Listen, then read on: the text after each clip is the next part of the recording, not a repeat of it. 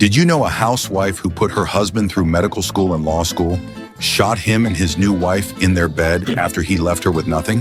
Her name was Betty Broderick from California. In 1965, Betty met Dan Broderick at a college dance when she was just 17 years old.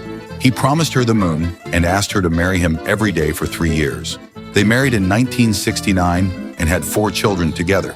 Betty worked multiple jobs and raised the kids while Dan finished medical school at Cornell and then law school at Harvard. After 16 years of struggle, Dan finally became a successful lawyer, making millions. Then in 1983, he hired a 21-year-old flight attendant named Linda as his legal assistant. Betty suspected an affair, but Dan denied it for 2 years. In 1985, Dan moved out and eventually admitted he'd been cheating. The divorce was brutal.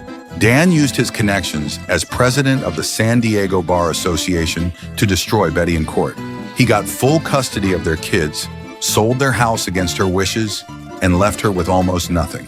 Betty started leaving angry voicemails on his machine, spray painting his walls, and once drove her car through his front door.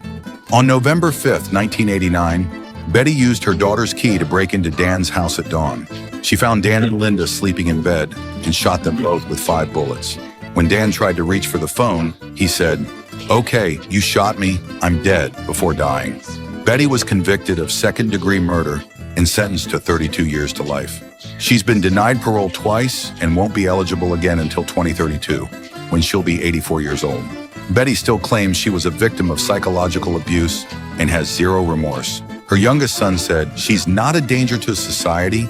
The only 2 people she was a danger to are dead. Write your country and I'll make a video from there."